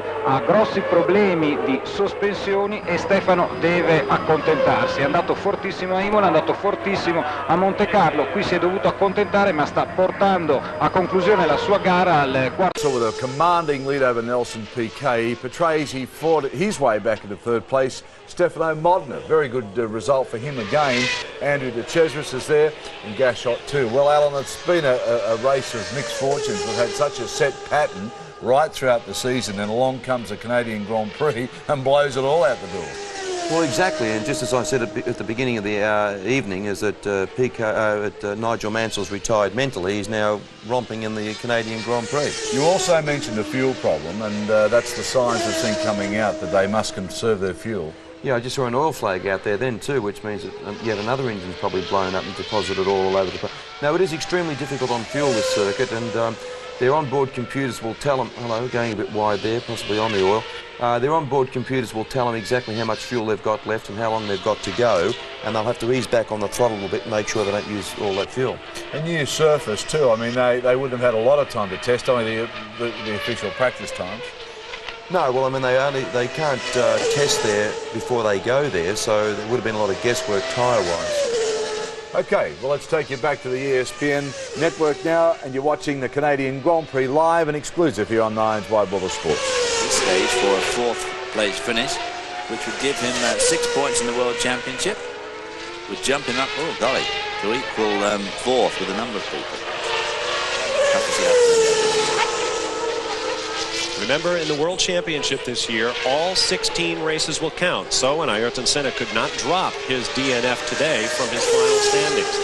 Every point gained against the overall leader, Senna, the runaway leader in the World Championship, are points that will stick. And every point lost is lost forever. How true. Current standings, working lap number 64, Mansell by some 47 seconds over Nelson Piquet, no longer making inroads as you watch. That's Andrea de Cesaris making his way around. Mansell, Piquet, Patrese, Stefano Modena 1 lap down. Andrea de Cesaris right there, running in 5th spot. He'll pick up some points. It's been a while for Andrea. Bertrand Gachot, his teammate, runs in the 6th position. First points for the Jordan team this year. Eddie Jordan will be jumping up and down. In 7th position, Pierluigi Martini, also a lap down. 2 laps down, Eric Tomas in 8th, followed by Emanuele Pirro, 2 laps down in 9th. 3 laps down, Satoru Nakajima in the Tyrrell, and Maurizio Gugelmin in the Leighton House car. There we see the Jesuit, 7 up Jordan, coming to the hairpin, into the fast bit. These cars, just right out of the box, went very well. Designed by Gary Anderson for Eddie Jordan. Very famous and very successful campaigner in the Formula 3000 series, which is the stepping stone to Formula 1 in European racing. There is Nigel Mansell. But the Jordan cars, I was about to say, David, in only their 5th race are in position to score points. That's quite an achievement. Well, absolutely. And it's just 10 years ago, in a couple of weeks' time, that young Edward Jordan and myself drove a BMW M1 in the Le Mans 24-hour race together. Le Mans coming your way in about 2 weeks here on ESPN. David and I hope to be there to tell you all that we can about sports cars and what, to my mind, I have to say, is the greatest race in the world. The 24 hours of Le Mans. Nigel Mansell closing up on Riccardo Patrese there again. I would imagine that if they do finally get this down to an absolute dead cert, i.e. the last lap, that the team there, we see a very disappointed Ayrton Senna, still holds a huge lead in the World Championship. He's still got 40 points. And the next closest runner, assuming it's Nigel Mansell, will end up with 16. So not in any real danger as yet. Reduce the gap from 31 to 24, 39 that is, to 24. Pretty sizable jump. But of course, it's one of those things, racing being all it needs is another weekend like this, and suddenly the whole thing looks rather different. I'm sure if we get down to the last lap and they're absolutely sure as a team that they are going to come first and third, they will let Nigel go through and take the checkered flag. You're correct on mathematics. From 29 points over Prost coming in to 24 over Mansell going out. We have a new fast lap from old Nige, 122.385. Maurizio Gugelmin in the Leighton House car. It's disappointing. There's just so few laps to go. What a heartbreak for them. They started the year with a bizarre case of vandalism. Someone got to these cars in garages in Phoenix, Arizona, cut some brake lines. Popularly thought at that time to have been a disgruntled former member of the team. Disgruntled's about the word, I guess, for poor Maurizio Gugelmin. Which leaves us with 10 cars of the 26 that started, still circulating. Here comes Andrea de Cesaris. How's that? Gachot. They've done it to me again. Mansell, Piquet, Patrese, Modena, de Cesaris, Gachot, Martini, Tomas, Pirro, and Nakajima. field, so that's only 10 cars running. Looks like Gasho is going to try and take not a position back from PK, but just get around him to help himself get back onto that lap. These cars are now about to turn for the hairpin, the farthest point on the circuit from the start-finish line, which Nigel Mansell has just crossed to complete lap number 66. 3 laps remaining. We're watching live the Grand Prix of Canada. The grandstand still packed, a huge crowd on hand. You get to this island circuit by crossing one of 2 walkover bridges, and they have been packed. Look at that grandstand in the background. A lot of people here, and of course, an absolute more oil down. This is the difference from rinsing your off like there before. It may be just for the debris. You can see on that long shot how the rolled up rubber from all these tires has collected on the track to get offline and get into that stuff, what they call the marbles. It is his head bobbed down. I think he took a quick look at his gas gauges. Well, there's Nigel. Is he gone back under? in front? These 2 teammates, they will say all the proper things about how hard they're fighting amongst themselves for the good of the team and everything, but there is the rumor going around. There is the feeling that perhaps they are not great buddies. The reason for that simply is finances. Nigel Mansell making a rumored $9 or $10 million this year. Ricardo Patrese rumored to make something on the order of $1 to $2 million, and he is not happy about that financial discrepancy. 2 laps remaining. Especially as he is out-qualified and, of course, beaten Nigel on 2 previous occasions this year. He just feels the discrepancy is just a little bit wider than it might be. I'm not even sure that he gets 1.1 or 2 million. I think he gets more like 800,000. He's let go now. Bought himself an incredibly expensive house in Florida and will be spending more time here in the United States. And I think in the back of his little mind, he can see that big oval up the road glinting at him too. I think he'd like to have a go at that before he gives up racing altogether. There is Stefano Modena, one of 2 tunnels circulating. Tough break for him in Monte Carlo after running for about 2/3 of the race in 2nd position and pressing Ayrton Senna at several points on the racetrack. Is he in fact now pressing the car? I believe he is. This is the battle for position. Yeah, this is for 3rd place. It is too. Takes Obviously, it easily. Patrese has got some sort of problem developed. The most unreliable part of the Williams at the moment, of course, the Williams Renault, is the semi-automatic gearbox. But there's no doubt about it. When they're right, they are absolutely tremendous. And I would think that within 2 or 3 years, pretty well every car out there will have some sort of a semi-automatic gearbox. You can let Ferrari and Williams get all the bugs out, do all the testing, and then everybody will have it. Because it does make a big difference. Nigel Mansell beginning the last lap of the race. The transverse gearbox. These are transverse semi-automatic gearboxes, distinguished from the longitudinal gearbox on the Ferrari. Each works. Nigel, don't wave to the crowd too soon there, buddy. It's not over till it's over. Oh, my God. The longitudinal box carries much of its mass and weight, unhappily, behind the rear axles of the car. The transverse box, such as the one on the Williams, is in front of the rear wheels. A great help to the designer in weight and balance on these incredibly delicate race cars. But they do have their problems, as David pointed out. They shift fractionally faster than a manually shift, and you can also keep your hands on the steering wheel as you do your shifting. I think that Gerhard Berger still misses the Ferrari automatic gearbox going into the 2nd season with the Honda McLaren. I think he still misses that semi-automatic gearbox. He's just having to go back to taking the hand off the wheel to shift. He's found to be quite a chore this year. And I know it must be a big help.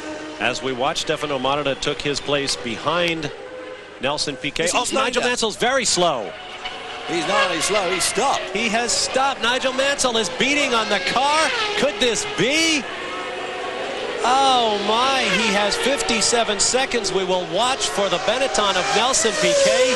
But at the rate Nigel Mansell is going, there is no question that he is going to be beaten on the 69th and final lap of this race after leading the first 68. That fuel sign obviously then was meant in all seriousness. Here we see the car streaming down that back straight. Expect to see Nelson Piquet any minute. There's Piquet. I wonder if he knows. From 2nd place, he has snatched victory, and time will tell the reason why. Well, you've got to be skillful in any form of racing endeavor to win, but you've also got to have a large slice of luck. How about the new 2nd place car? And right about now, Nelson Piquet will see Nigel Mansell there by the side of the road. And by now, he certainly knows that he is leading this race. One more corner. Well, make it two. We'll give him a right and a left-hand turn. And Nelson Piquet will pick up the victory. I can't believe it. I don't think they can either, Joe. I'm sure the Williams team absolutely can't believe it. Oh, they must be in shock. The checkered flag is out, and it waves for Nelson Piquet. Picking up There his... you see Mike Cranifus of Ford with the flat hat on there. He is the worldwide director of Ford Racing, a German that's come to live in Detroit, and he'll be absolutely ecstatic over that. Victory number 23. There you see Riccardo Patrese now running in third position as he passes the stranded car of his teammate.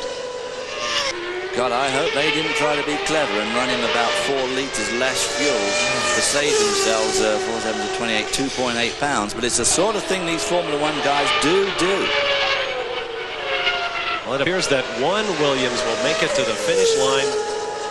Yes, he is across safely. We'll see if he can make his last lap. Riccardo Patrese. Well, I mean, he did make a pit stop, so he might have been able to save just enough fuel to get around if he had the same amount. Oh, your heart has to go out to this guy, Nigel Mansell, who drove so well, but that 17th career win will not happen today. Nevertheless, the Williams cars have shown what they're capable of, and that should make things very interesting in Mexico City in 2 weeks. We'll be right back. Die dus op de 4e plaats uitkomt en Gachot zal 5e worden. Daar zijn ze, de beide Jordans. Allebei vuistje in de hoogte. 4 en 5. De beide Jordans. Een troostend schouderklopje van een bankcommissaris voor Nigel Mansell. Maar of dat zal volstaan om zijn dag weer goed te maken, daar twijfel ik sterk aan. Kijkt eens speurend naar de achterkant van zijn wagen.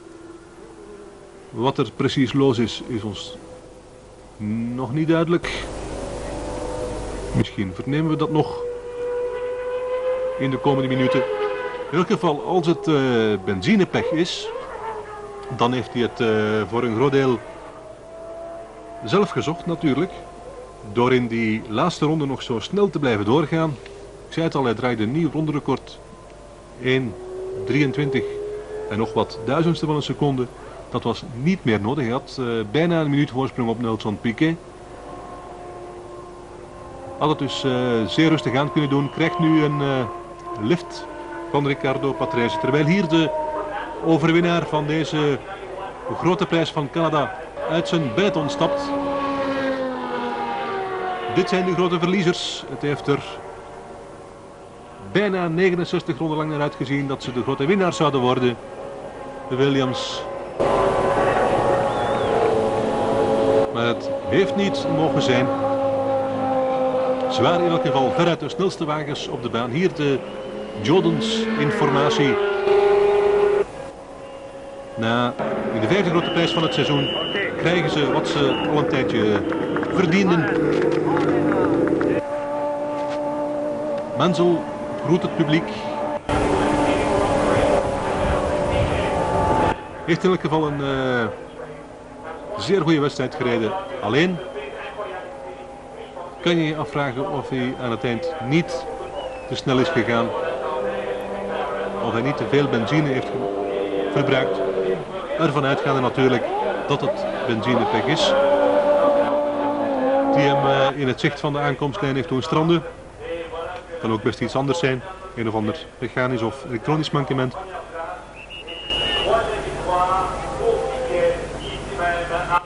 Maar dat kunnen we van hieruit, uit de studio in Brussel, natuurlijk onmogelijk uitmaken.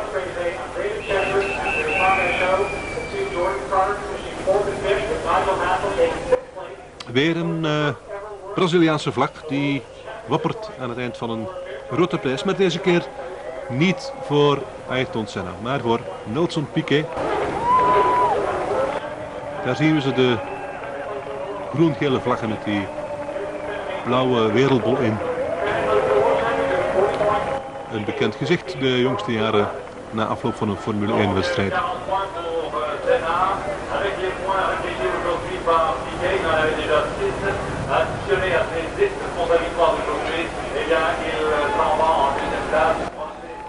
Daar kruipt Riccardo Patrese uit zijn wagen.